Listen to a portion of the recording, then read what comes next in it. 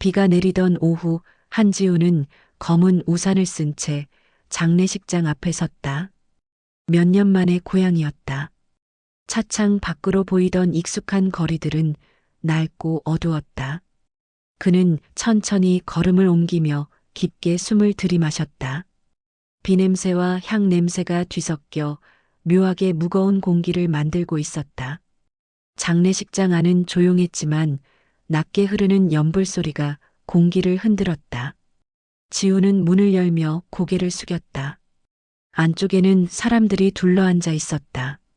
상주석에는 검은 옷을 입은 여동생 지민이 앉아 있었다. 그녀는 오빠를 보자 순간적으로 놀란 듯 눈을 크게 떴다. 왔구나, 오빠. 지우는 무표정한 얼굴로 고개를 끄덕였다. 그래. 아버지는? 지민은 고개를 숙이며 조용히 말했다. 이제 편히 쉬셔. 그녀의 목소리는 낮았지만 묘하게 따뜻했다. 영정사진 속의 한태수는 예전보다 훨씬 평온한 얼굴을 하고 있었다. 엄격하고 차가웠던 모습 대신 조금은 미소가 섞인 듯했다. 지우는 그 사진을 오래 바라보다가 시선을 피했다.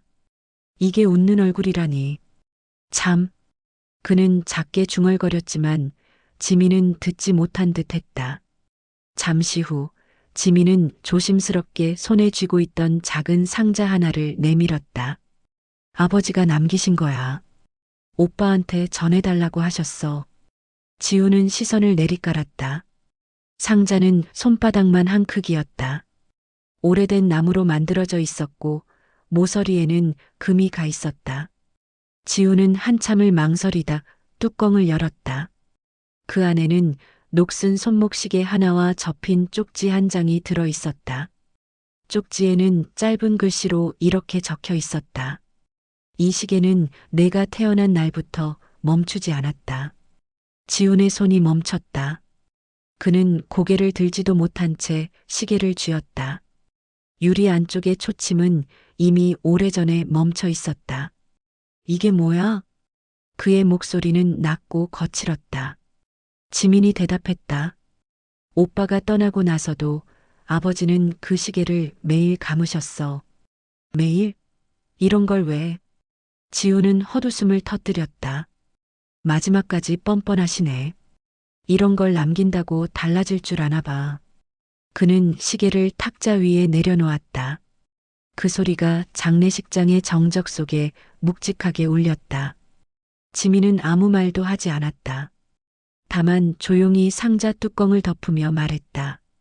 그래도 받아. 그게 아버지가 마지막으로 내게 남긴 거야.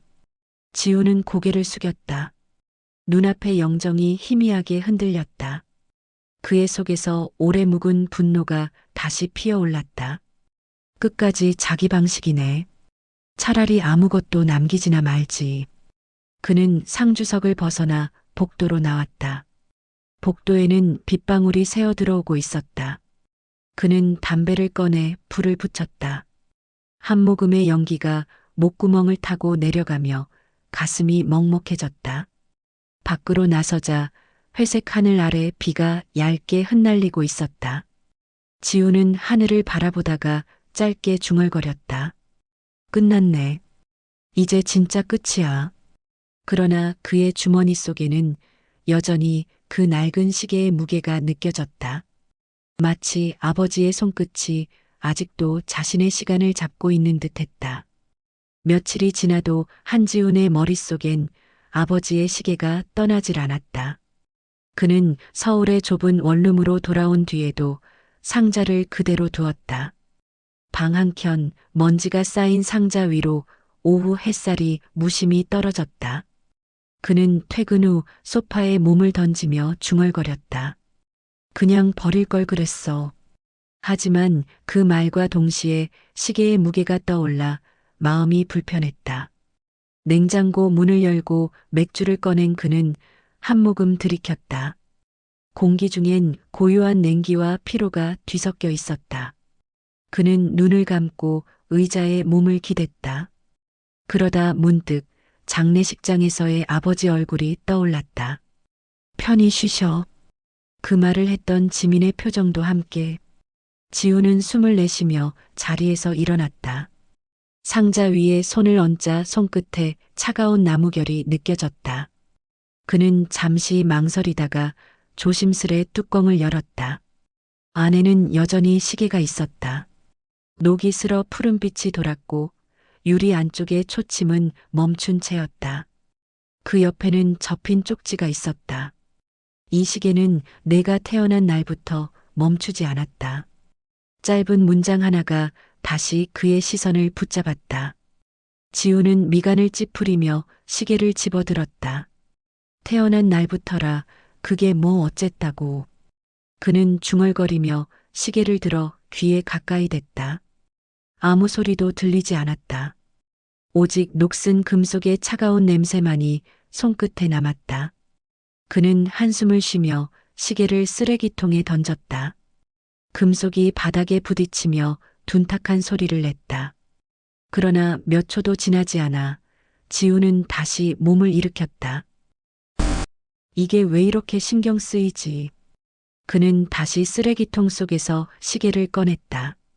손바닥 위의 시계는 더 이상 무의미한 물건이 아니었다. 그는 시계를 뒤집어 보았다. 뒷면에는 희미하게 새겨진 글씨가 있었다. 태수지운 1990.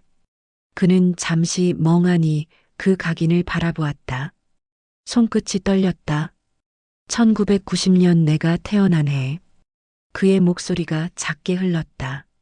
한참 동안 그는 아무 말도 하지 않았다. 시계 속에서 멈춘 초침이 마치 자신의 시간 같았다. 그는 창문을 열고 바깥을 바라봤다. 겨울의 공기가 차갑게 밀려 들어왔다. 거리에는 어두운 가로등 불빛이 깜빡이고 사람들의 발걸음이 바쁘게 흘렀다. 지우는 시계를 손에 쥐며 조용히 말했다. 멈춘 게 나였나?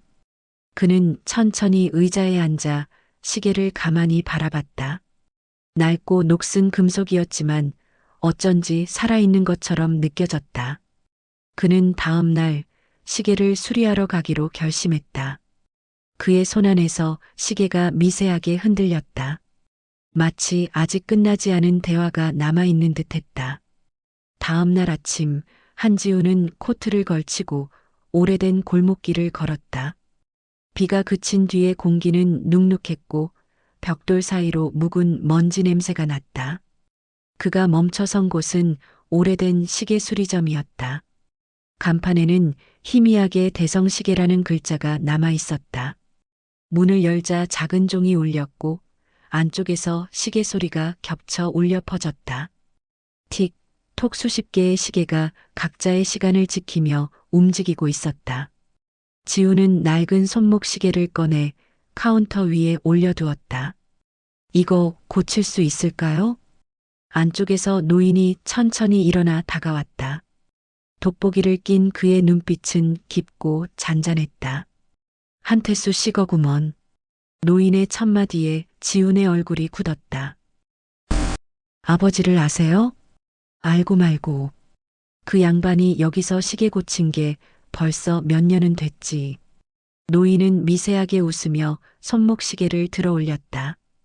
이거 매일 새벽마다 감던 시계야. 손이 떨려도 절대 놓지 않더군. 지우는 아무 말도 하지 못했다. 노인은 조심스럽게 시계 뒷면을 열고 내부를 들여다봤다. 참 신기해. 배터리도 없는데 아직 완전히 죽진 않았어.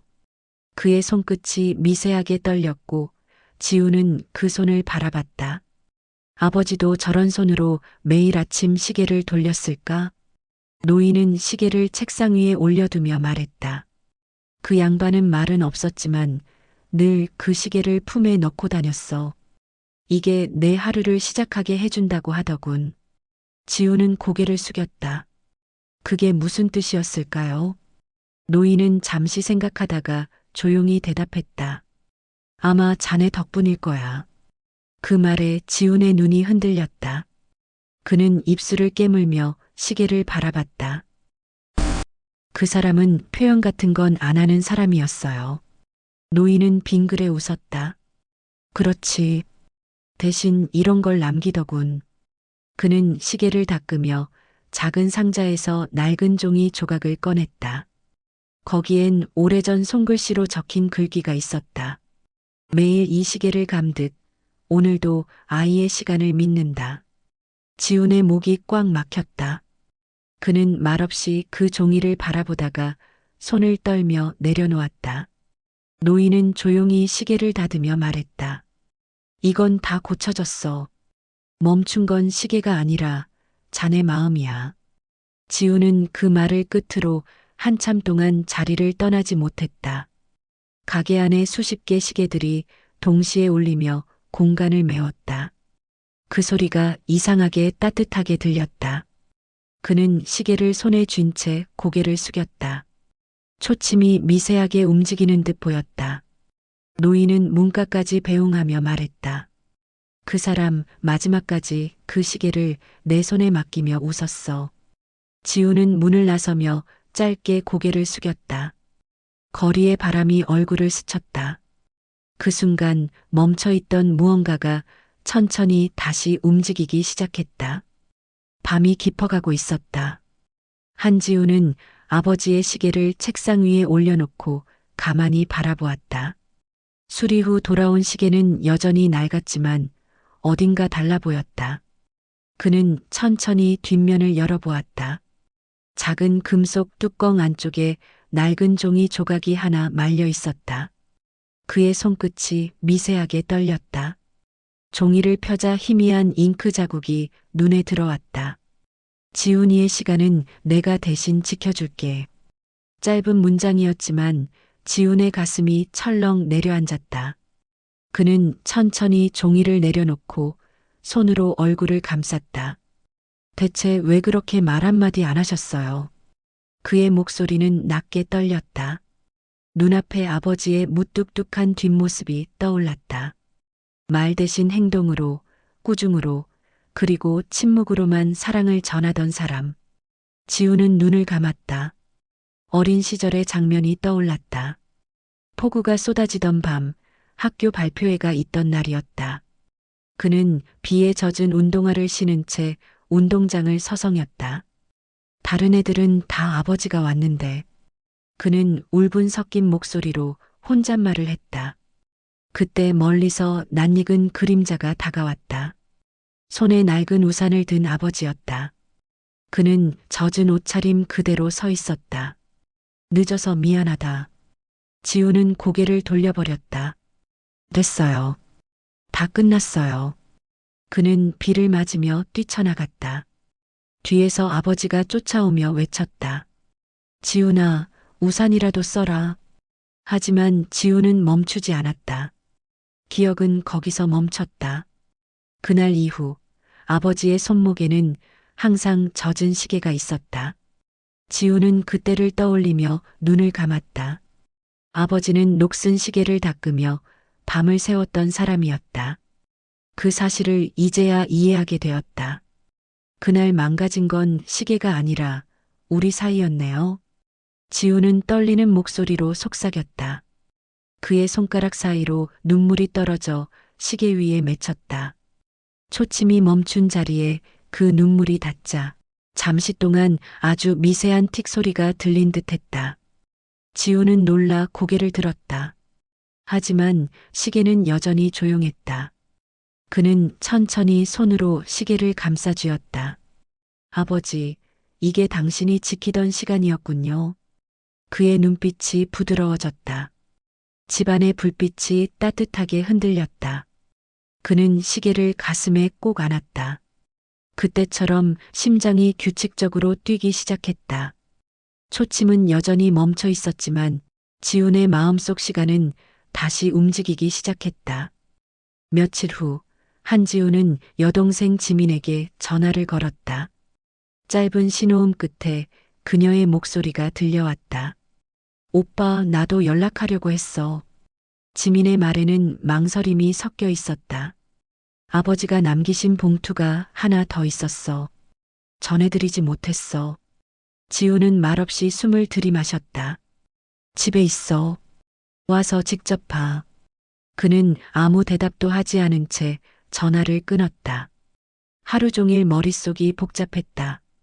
마치 오래된 문이 열리기 직전에 정적이 밀려왔다.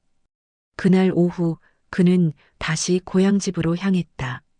문을 열자 익숙한 나무 냄새와 함께 차가운 공기가 흘러나왔다. 지민은 식탁에 앉아 있었다. 그녀는 말없이 낡은 서류 봉투를 내밀었다. 이게 마지막이야. 지우는 봉투를 받았다. 거칠어진 종이 표면이 손끝에 닿았다. 그는 천천히 봉투를 열었다. 안에는 편지 한 장과 오래된 흑백 사진이 들어 있었다. 사진 속엔 병원 침대에 앉아 있는 아버지가 있었다. 그의 곁에는 반짝이는 시계가 놓여 있었다. 지우는 사진을 손으로 어루만졌다. 그의 입술이 미세하게 떨렸다. 편지를 펼치자 오래된 펜의 잉크 자국이 눈에 들어왔다. 지훈아, 내가 태어난 날부터 이 시계는 내 하루를 함께 걸었다. 짧은 문장이었지만 글자마다 묵직한 체온이 느껴졌다. 내 시간이 멈춰도 내 시간은 계속 흐르길 바랐다. 그래서 매일 새벽마다 초침을 돌렸다. 내가 멀리 있어도 그 소리가 내 마음을 움직여줬다. 지훈의 시야가 점점 흐려졌다. 눈물이 떨어져 글씨가 번졌다. 내가 잘못한 게 많다. 표현하는 법을 몰랐던 아버지를 용서해다오. 이 시계는 내 것이지만 사실은 나 자신이었다. 마지막 줄에는 떨리는 글씨로 짧은 문장이 남아 있었다. 사랑한다, 내 아들. 지우는 입술을 깨물며 편지를 가슴에 품었다. 왜 그때는 한마디도 안 하셨어요? 그의 목소리가 낮게 새어나왔다. 바람이 창문을 흔들며 종이 끝자락을 들추었다. 마치 누군가 대답이라도 하려는 듯 글씨 위로 빛이 부드럽게 비쳤다. 지민이 조용히 말했다. 오빠 아버지는 늘 오빠 얘기만 하셨어. 지우는 고개를 들지 않았다. 눈물이 멈추지 않았다. 편지를 가슴에 더 세게 안았다. 그의 어깨가 미세하게 떨렸다. 이제야 조금 알 것 같아. 왜 늘 시계를 고치셨는지. 그의 말이 끝나자 창문 밖에서 부는 바람이 잠시 멈췄다. 방 안은 고요했지만 그 고요 속에는 따뜻한 울림이 있었다. 그는 두 눈을 감고 속삭였다. 아버지, 이제 제 시간이 흐르기 시작했어요. 새벽 공기가 차가웠다. 한지우는 낡은 코트를 여미며 골목길을 걸었다. 가로등 불빛이 젖은 도로 위에서 반사되며 길게 늘어졌다. 그는 다시 대성시계 앞에 섰다. 문을 밀자 작은 종소리가 울렸다. 가게 안에는 여전히 수많은 시계들이 저마다의 소리를 내고 있었다. 틱, 톡, 틱, 톡, 그 규칙적인 리듬이 마음을 어루만지는 듯했다. 노인 수리공 이정민은 작업대에 앉아 있었고 지훈을 보자 고개를 들었다. 왔구먼. 시계는 잘 돌아가나? 지훈은 잠시 멈추더니 고개를 숙이며 말했다. 다시 돌아왔어요. 이제야 좀 이해할 것 같아서요. 그는 손목에 시계를 풀어 조심스럽게 책상 위에 올려두었다. 노인은 미소를 지으며 시계를 들어 올렸다. 초침이 다시 움직이기 시작했지? 지우는 조용히 고개를 끄덕였다.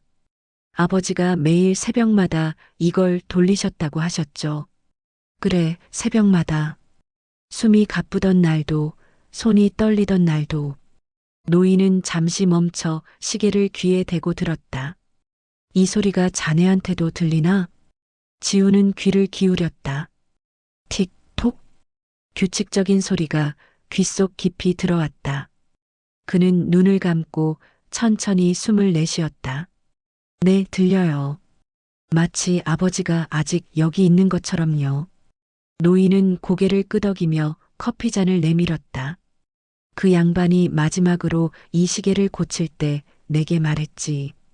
이건 내 아들에게 남길 내 시간이다. 그 말을 듣는 순간 나는 울 뻔했어. 지우는 말없이 커피잔을 두 손으로 감쌌다. 뜨거운 김이 손바닥을 감싸며 따뜻한 온기가 퍼졌다. 이제 알겠어요. 멈춰있던 건 시계가 아니라 제 마음이었네요. 그의 눈가에 잔잔한 미소가 번졌다. 노인은 시계를 지훈의 손에 다시 건넸다. 이제 이건 내 거야. 다시는 멈추게 하지 마. 시간이 흐른다는 건 살아있다는 뜻이니까. 그의 목소리는 조용했지만 단단했다. 지훈은 시계를 손목에 찼다. 시계는 여전히 낡았지만 초침은 정확히 움직이고 있었다. 그는 시계를 바라보며 조용히 중얼거렸다. 아버지의 시간, 이제 제가 대신 이어갈게요. 노인은 빙그레 웃었다. 그래. 이제 그걸로 내 하루를 살아가면 되지. 지우는 가게 문을 나섰다. 햇살이 막 떠오르고 있었다. 새벽의 차가운 공기 속에서 시계의 초침이 또렷하게 들렸다. 그는 하늘을 올려다보며 미소 지었다. 시간이 다시 흐르고 있었다. 그날 이후 한지훈의 하루는 달라졌다. 아침마다 그는 손목의 시계를 바라보며 하루를 시작했다. 초침이 규칙적으로 움직일 때마다 마음이 고요해졌다. 시간이 흐른다는 건 살아있다는 증거라는 말을 이제야 이해하게 되었다. 그는 회사를 그만두고 오래된 골목 한편에 작은 시계 공방을 열었다. 간판엔 지훈 시계 대신 태수 시계라는 이름을 걸었다. 그 이름을 붙이는 순간 아버지가 곁에 있는 듯한 느낌이 들었다. 벽 한쪽엔 아버지의 사진이 걸려 있었고 그 아래엔 녹슨 시계가 유리 상자 안에 놓였다. 그는 매일 새벽 시계를 닦으며 혼잣말을 했다. 오늘도 아버지의 시간이 잘 흐르고 있습니다. 시간이 지날수록 손님이 하나둘 찾아왔다. 그들은 낡은 시계를 들고 와 고쳐달라 부탁했다. 지우는 조용히 웃으며 대답했다.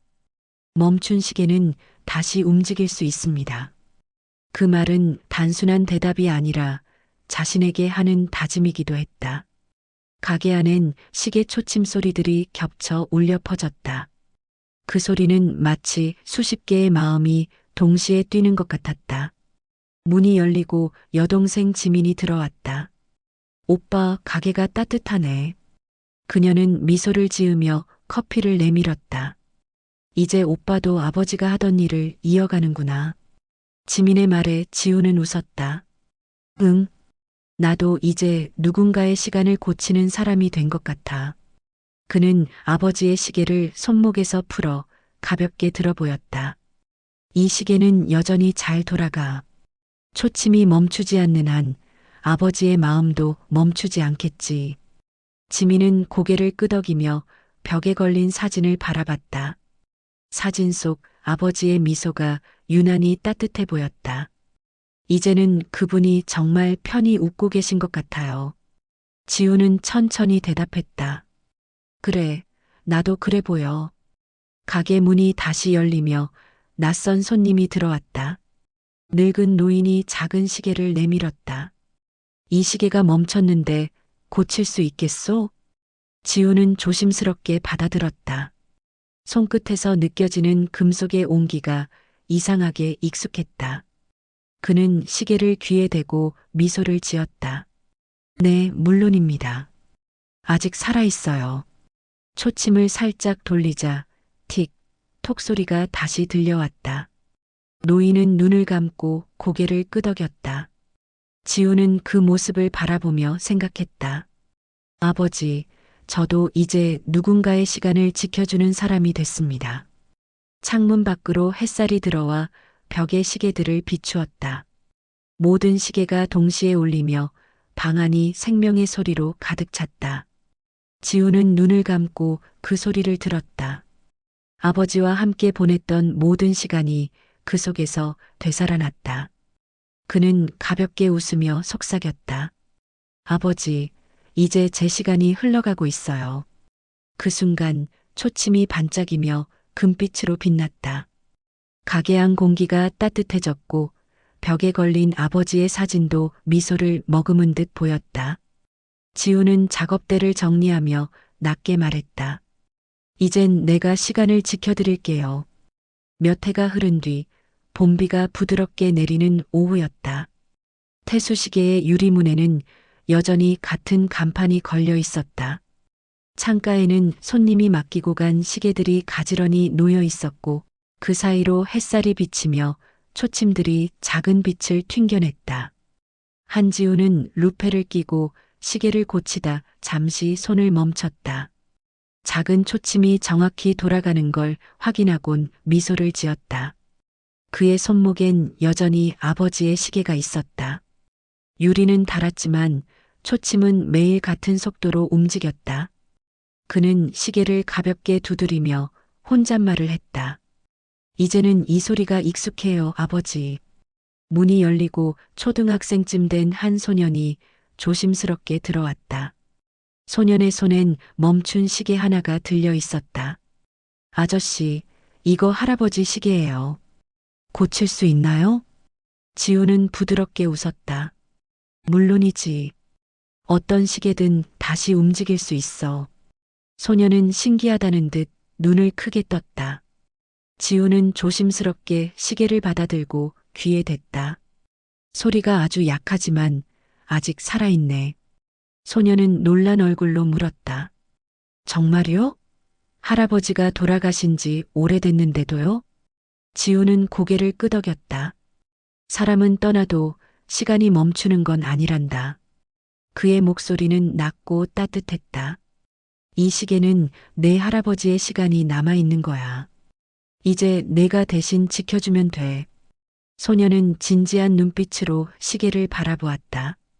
그럼 매일 이걸 감으면 할아버지 시간이 돌아가요? 지우는 부드럽게 미소 지었다. 그래. 그렇게 감으면 내 시간과 할아버지의 시간이 같이 흐르는 거야. 소년의 얼굴에 천천히 미소가 피어났다. 시계를 맡기고 간 뒤 지우는 잠시 그 자리에 앉아 있었다. 창문 밖으로 비가 잦아들고 노을빛이 번졌다. 가게 안에 수십 개 시계가 동시에 울리기 시작했다. 틱톡, 틱톡. 그 소리가 그의 가슴에 잔잔하게 스며들었다. 지우는 하늘을 바라보며 속삭였다. 아버지, 이제 당신의 시간이 누군가에게 전해지고 있어요. 그의 눈가가 살짝 젖었지만 표정은 평온했다. 그는 손목 시계를 풀어 유리 진열장 안에 시계 옆에 올려두었다. 이제 그만 쉬세요, 아버지. 시계를 내려놓은 자리에서 햇살이 반사되어 금빛이 번졌다. 그 빛이 방 안을 천천히 채우며 모든 시계를 감쌌다. 지우는 조용히 불을 끄고 가게 문을 잠갔다. 밖으로 나서자 하늘은 붉게 물들고 있었다. 그는 잠시 걸음을 멈추고 손목을 바라보았다.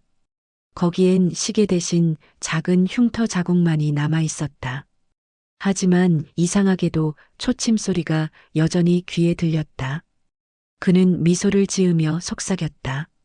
시간은 사라지지 않아. 그저 사랑을 품은 채 다른 사람에게 이어질 뿐이지. 비냄새와 함께 봄바람이 불었다. 그 바람 속에서 어디선가 들려오는 초침 소리가 그의 마음을 천천히 감싸 안았다. 그 순간 세상은 다시 고요하게 흘러가기 시작했다.